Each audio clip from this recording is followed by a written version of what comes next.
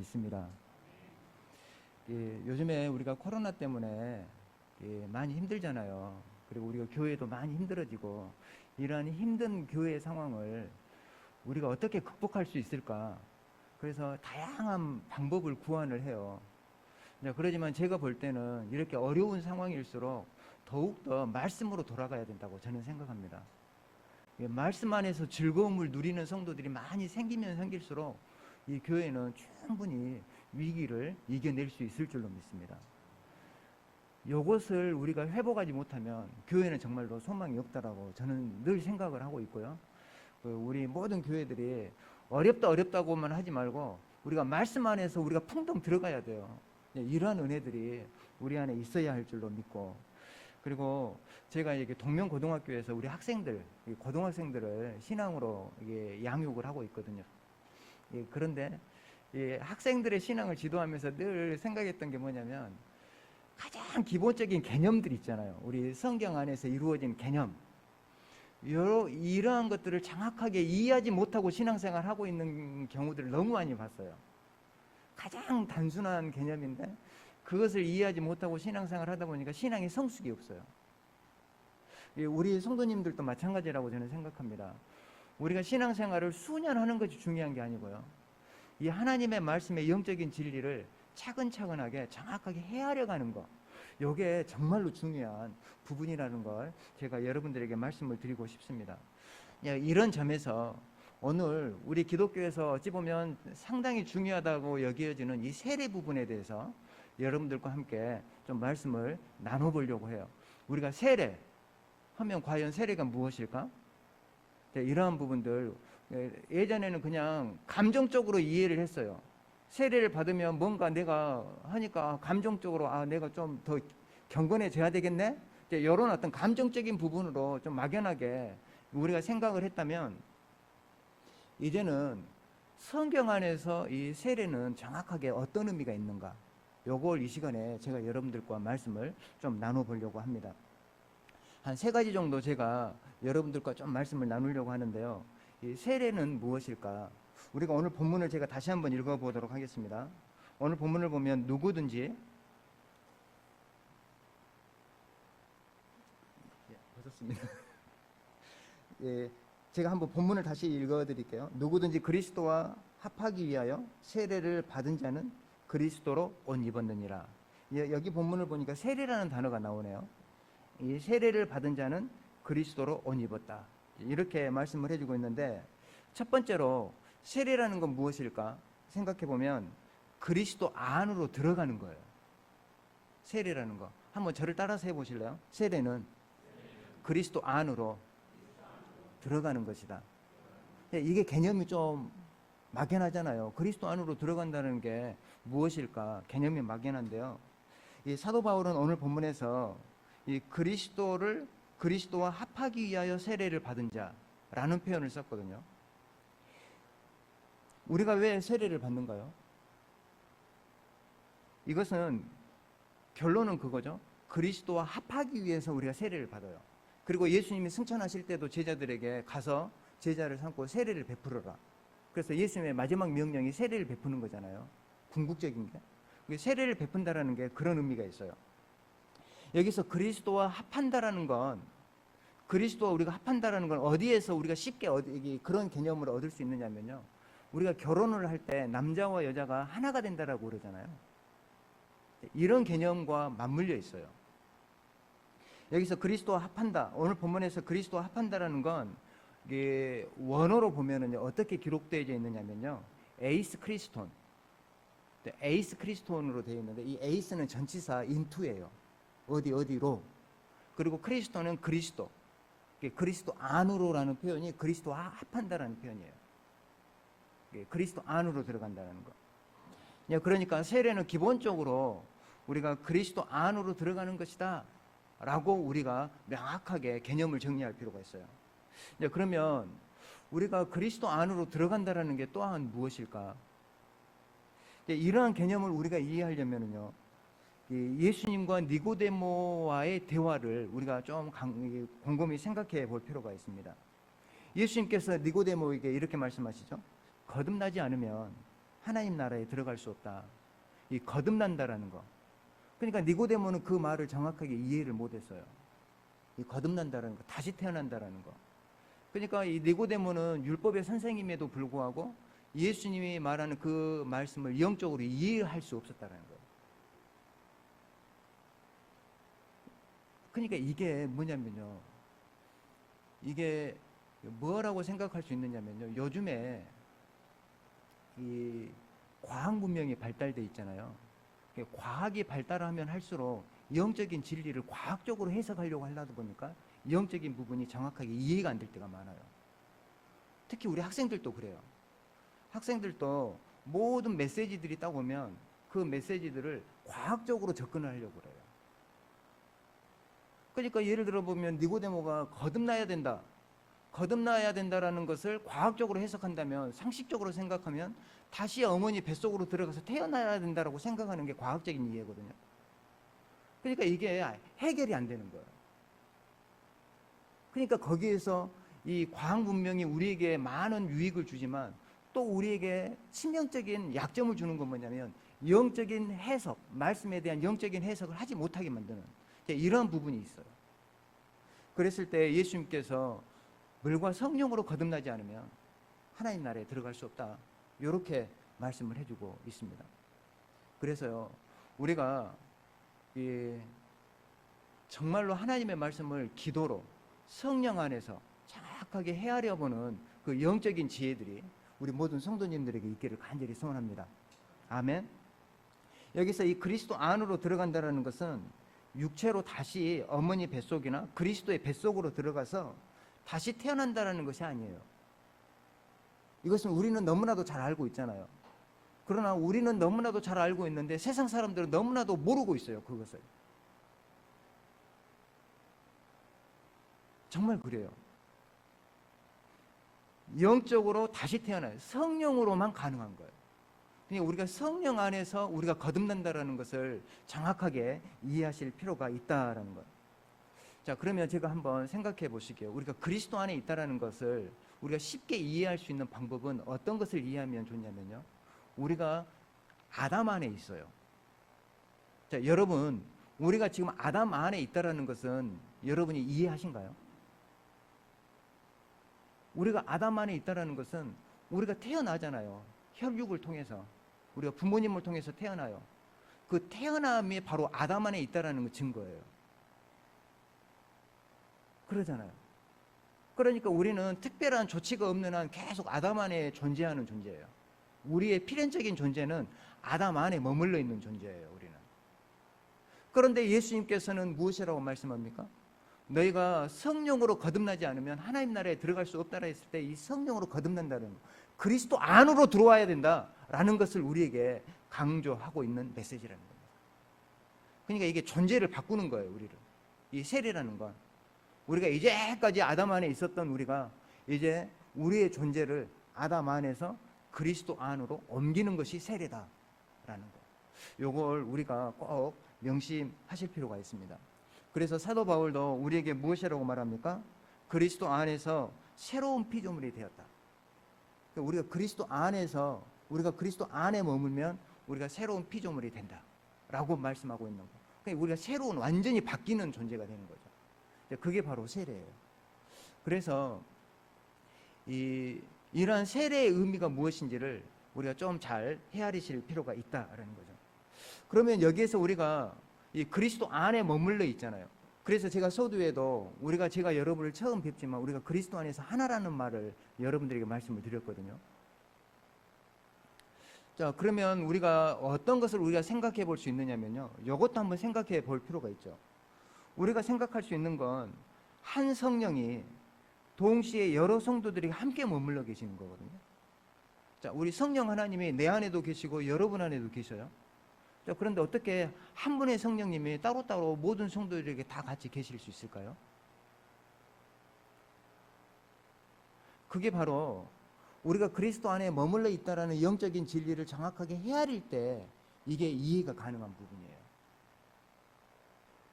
저도 처음에는 저도 이 말씀을 쭉 묵상하면서 세례에 갖는 의미가 이런 것이 있었구나.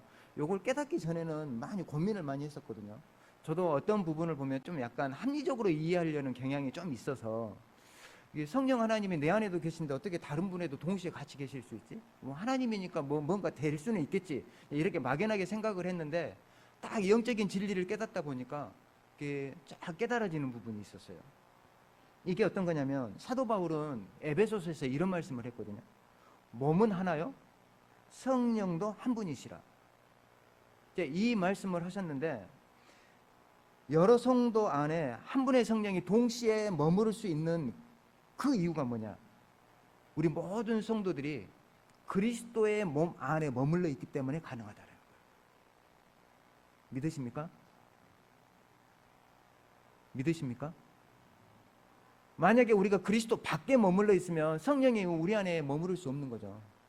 우리가 그리스도 안에 머물러 있어서 성령 하나님이 우리 안에서 역사하고 계시는 거예요. 같이, 함께. 한 성령이 우리 안에서 동일하게. 그것은 다른 말로 말하면 우리가 그리스도 안에 머물러 있어서 그리스도의 한 몸 안에 우리가 꽁꽁 묶어 있기 때문에, 묶여져 있기 때문에 그게 가능한 것이다 라는 사실입니다. 그래서 첫 번째, 제가 다시 한번 말씀드립니다. 세례는 우리가 그리스도 안에 들어가는 거예요. 요걸 우리가 꼭 명심하시기를 바랍니다. 두 번째, 이 세례라는 게 과연 무엇일까? 한번 따라서 해주시면 감사하겠습니다. 세례는 그리스도를 닮는 것이다. 우리가 세례를 받으면요, 그리스도를 닮아가는 거예요. 닮아가는 거. 우선 이것을 좀 말씀을 드리기 전에 제가 이 부분을 좀 강조해서 말씀을 드리기 원해요. 이 그리스도를 닮는다라는 건 무엇일까? 자, 세례는 그리스도를 닮아가는 것이다라고 말을 하니까 여러분은 그렇게 생각하실지 몰라요. 아, 그러면 내가 이제 막 뭔가 열심히 해가지고 그리스도를 닮아가야겠구나, 이렇게 생각하실지 모르겠어요. 그런데요, 우리 기독교는 원래요, 처음부터 하나님의 은혜의 종교예요. 인간의 열심은 2차적인 거예요. 하나님의 은혜 안에 우리의 열심이 필요한 거지, 하나님의 은혜는 생각지도 않고 인간의 열심으로만 뭔가 하려고 하는 것은 기독교가 아닙니다. 그래서 이 세례는 그리스도를 닮아간다라고 했을 때, 그러면 내가 그리스도를 막 뭔가를 닮아가려고 경건 생활을 해야 되고 막 내가 뭔가를 열심히 해야 되는, 이런 식으로 먼저 이해하려고 할지 모르겠지만, 그런 이해보다는 어떤 이해가 있느냐면 이런 이해가 있어요. 먼저는 영적인 원리를 우리가 정확하게 알아야 되는데요. 자, 한번 생각해 보시게요. 자녀가 아빠를 닮은 거, 자녀가 아빠로부터 태어나잖아요. 부모로부터 태어나잖아요. 태어나잖아요. 그러면 이 자녀가 아빠를 닮는 건 자녀의 열심으로 닮는 건가요? 여러분? 자녀가 엄마 뱃속에서 내가 아빠, 부모님의 얼굴을 닮아야 돼, 부모님을 닮아야 돼 해가지고 그 몸속에서 자기가 스스로 막 뭔가 해가지고 닮아가는 건가요? 그거 아니에요. 그냥 태어나니까 닮은 거죠. 이게 우리 기독교예요.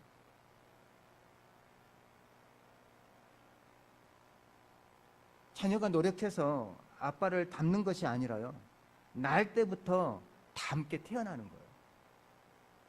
닮게 태어나는 거.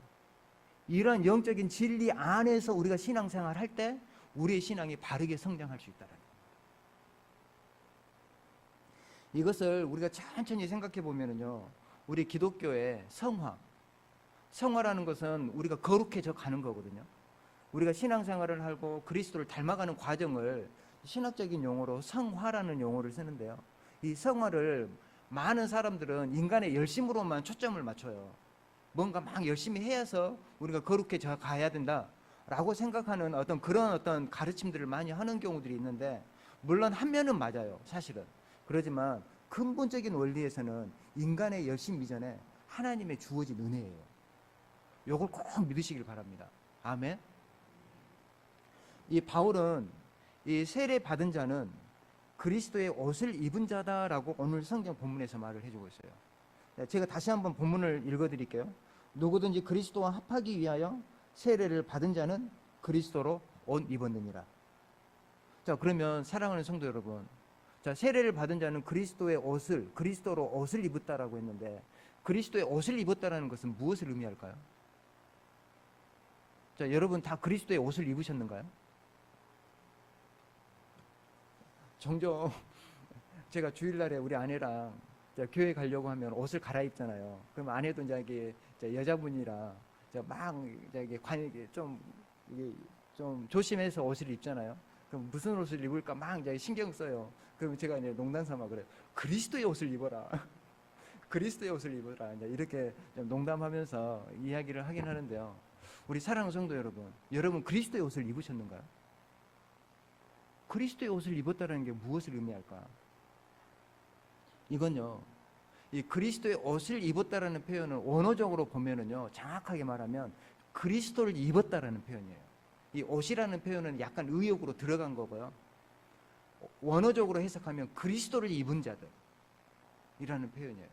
이 그리스도를 입었다라는 표현은 제가 말씀드린 대로 그리스도를 닮은 자라는 뜻이에요. 그러니까 자녀가 태어나면 부모를 닮듯이 세례를 받은 자는 그리스도를 닮는 자가 된다는 거예요. 자, 그러면 제가 다시 한번 물어볼게요. 사랑하는 성도 여러분, 우리 모두는 지금 그리스도의 옷을 입었을까요? 입었기를 간절히 소원합니다. 아멘. 정말로 우리가 세상과 좀 구별될 필요는 있어요. 세상 사람들이 우리 그리스도인들을 가장 비난하는 거 뭐냐면요, 차별이 없다는 거예요. 너나 나나 똑같다라는 거예요. 그러니까 그게 저는 좀 안타까워요.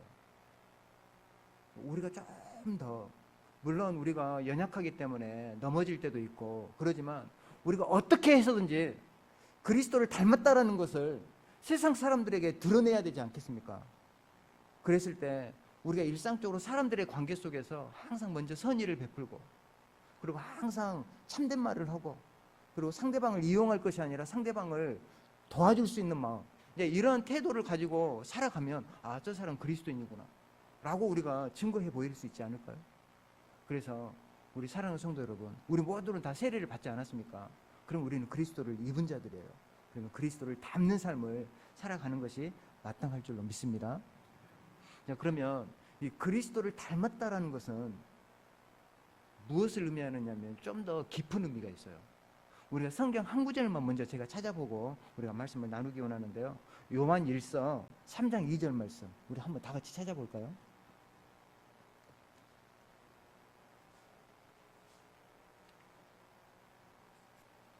요한 1서 3장 2절 말씀입니다. 자, 우리 다 같이 한번 읽어보겠습니다. 3장 요한 1서 3장 2절, 3장 2절입니다. 사랑하는 자들아, 우리가 지금은 하나님의 자녀라. 장래에 어떻게 될지는 아직 나타나지 아니하였으나 그가 나타나시면 우리가 그와 같을 줄을 아는 것은 그의 참 모습 그대로 볼 것이기 때문이니라. 자, 여기 본문에서 이 요한 사도는 그리스도 안에 머물러 있는 자들, 그러나 우리가 장래 어떤 모습으로 태어날지는 모른대요. 그러나 분명히 한 가지 사실은 분명하대요. 왜? 우리가 나중에 부활의 몸을 얻을 때 그리스도의 몸을 닮을 것은 분명한 것이다 라고 이야기하고 있다는 거예요. 우리가 구체적인 세세한 모습은 잘 모르지만 명확한 건 그리스도의 몸처럼 죄 없는 몸으로 다시 태어나게 될 것이다 라는 것을 우리에게 가르쳐주고 있는 거예요. 이게 바로 그리스도를 닮은 자들입니다. 이게 바로 그리스도를 닮은 세례받은 자의 삶이다라는 것입니다. 자, 세례는 무엇일까? 그리스도 안으로 들어가는 거라겠습니다. 그리고 그리스도를 닮는 것이라고 말씀드렸어요. 그럼 한 가지만 더 말씀을 드리고 좀 말씀을 정리하려고 합니다. 이 세례라는 건요, 제가 볼 때 그래요. 세례는 생명의 시작이에요. 생명의 시작이고 마지막 때에는 영광스러운 부활로 나오게 되게 만드는 것이 세례예요. 그러니까 우리가 간혹 가다 보면 세례를 받았으니까 세례 받고 우리의 신앙생활이 좀 영적으로 나태해질 때가 있거든요. 좀 약간 게을러질 때가 있어요. 우리의 순수한 신앙이 많이 훼손될 때가 있어요. 그래서 예전에 처음에는 성경책을 보면 너무나도 흥미진진하게 말씀을 읽었던 그 시절이 있는데 지금은 성경이 그렇게 와닿지도 않고, 그리고 말씀도 들을 때도 처음에는 정말로 긴장하고 무슨 말을 오늘 나에게 하실 건가 기대하면서 들었던 말씀인데, 이제는 습관적으로 듣는 말씀이 될 때가 많이 있고, 우리의 신앙이 많이 나태해지는 거거든요. 이건 무엇과 비슷하냐면요, 우리가 갓 태어났는데 태어난 아이가 성장하지 않고 제자리에 머물러 있는 것 같은 거예요. 세례는 생명의 시작이에요. 거기서부터 우리는 성장해야 돼요. 근데 거기에 머물러 있으면 하나님의 마음이 얼마나 아프실까요? 우리가 자녀를 태어나는데 자녀를 낳았는데 그 자녀가 성장하지 않고 제자리에 머물러 있다고 생각해 보세요. 그럼 부모님 마음은 속이 미어지겠죠. 고통스럽겠죠. 근데 우리 하나님의 마음도 똑같다는 거예요. 우리가 신앙생활을 할 때 세례를 받고 그 이후에 신앙이 더욱더 강해지고 확실해져야 되는데 흐릿해지고 말씀이 들어도 가슴까지 안 들어오고 하는 그러한 우리의 신앙의 모습을 보면 하나님의 마음이 더 아프시다는 거예요.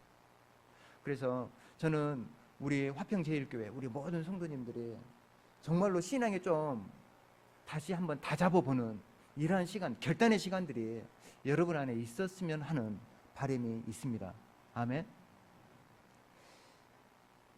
우리가 이 갈라디아서 4장 19절의 말씀을 보면은요, 이런 말씀을 사도 바울이 하고 있습니다. 그리스도의 형상을 이루기까지 해산의 수고를 한다라는 말씀을 하고 있거든요. 여기서 그리스도의 형상이 이루어지기까지 라는 표현을 쓰고 있어요. 그러니까 세례는 그리스도의 형상을 내 안에 만들기 시작한 거예요. 그래서 세례 안에서 그리스도의 형상을 형성해 가는 거예요. 그래서 우리가 나중에 부활할 때 그리스도의 온전한 모습으로 다시 부활의 몸을 얻게 되는 이러한 영적인 진리들이 여기에 담겨져 있는 것이다. 그리스도의 형상이 이루어지길 때까지. 그러니까 그리스도의 형상이 이루어진다는 건 처음 시작과 마지막의 때가 있다는 거잖아요. 그 과정이 있는 거잖아요. 그게 바로 세례예요. 세례에서 시작해서 세례 마지막 때 우리가 온전한 모습으로 다시 태어나게 되는 이러한 영적인 진리들을 사도 바울은 이 갈라디아 본문에서 우리에게 가르쳐주고 있다는 것입니다. 그리스도를 입는 것은 그리스도를 닮는 몸으로 다시 부활할 것에 대한 기대를 우리에게 갖게 만드는 것입니다. 세례를 받음으로 우리가 그리스도 안에 그리스도의 형상을 형성하기 시작하는 것이고, 그것이 충만하게 이루어졌을 때 우리가 그리스도의 몸으로 다시 부활하게 되는 이러한 영적인 진리들을 우리가 여기서 알 수가 있습니다. 사랑하는 성도 여러분, 그러면 여러분이 저에게 질문할 수 있을 거예요. 자, 그러면 이렇게 세례가 중요한데, 그러면 예수님이 십자가에 죽으실 때 한편 강도는 세례 안 받고 죽었는데 그런 사람은 어떻게 돼요? 라고 물어볼 수 있잖아요. 그러니까 제가 여기서 꼭 말씀드리고자 하는 건 뭐냐, 이 세례는 믿음이에요. 그래서 세례를 충분히 받을 수 있는 기회가 있는데 세례를 거부한다면 이건 믿음 없는 거예요. 그러나 한편 강도처럼 정말로 하나님을, 예수 그리스도를 영접하는데 세례를 받을 수 있는 환경이 안 돼요. 예를 들어 북한 교회처럼 정말로 예수 그리스도를 간절히 영접하고 그리고 신앙생활을 하면서 세례를 받으면서 성장하려고 하는데 그걸 공개적으로 할 수 없는 환경들이 있잖아요. 그럴 때는 어쩔 수 없는 거죠. 근데 이 세례에 갖는 의미는 어떤 거냐, 이 천주교는 이 세례라는 형식을 중요시해요. 그래서 세례를 받지 않고 죽으면 천국 못 간다고 생각해요, 그 사람들은. 그러나 우리 기독교인들은 세례가 이만큼 중요하지만 정말로 먼저 중요한 건 믿음으로 세례를 받는 것이 중요하다는 거예요. 한편 강도처럼. 말씀을 좀 정리할게요. 우리 사랑하는 성도 여러분, 세례는 상당히 중요합니다. 단지 어떤 의식적으로 중요한 게 아니라요, 우리 신앙생활 가운데 이 세례가 정확하게 무엇을 의미하는지 깨달을 때 우리의 신앙이 다시 한번 새로워질 수 있을 줄로 믿습니다. 그래서 우리 목사님의 말씀을 매주마다 들으시잖아요. 그 말씀을 심각하게 들으시고, 그리고 그 말씀 안에서 여러분의 신앙을 다시 한번 다잡고, 그래서 세상 속에 빛과 소금의 역할을 잘 감당하는 우리 모든 성도들 되기를 다시 한번 부탁의 말씀을 드립니다. 기도하겠습니다. 하나님 아버지, 감사합니다. 이 시간에 갈라디아서 본문을 통해 아버지 세례가 갖는 의미를 다시 한번 살펴보았습니다. 아버지, 참으로 우리를 하나님의 자녀로 부르셨사온데 우리 삶을 돌아보면 참 너무나도 부족할 때가 너무나도 많습니다. 우리의 마음의 생각들이 거듭나야 할 줄로 믿습니다. 아버지, 우리의 말이 거듭나야 될 줄로 믿습니다. 아버지 우리의 행실이 거듭나야 할 줄로 믿습니다. 아버지 우리의 연약하고 우리의 부족한 것들을 하나님의 말씀으로 치유하여 주시고 다시 한번 하나님의 자녀로 결단하며 서는 우리 모든 성도들 되도록 인도하여 주시옵소서. 이 모든 말씀 예수님의 이름으로 기도합니다. 아멘.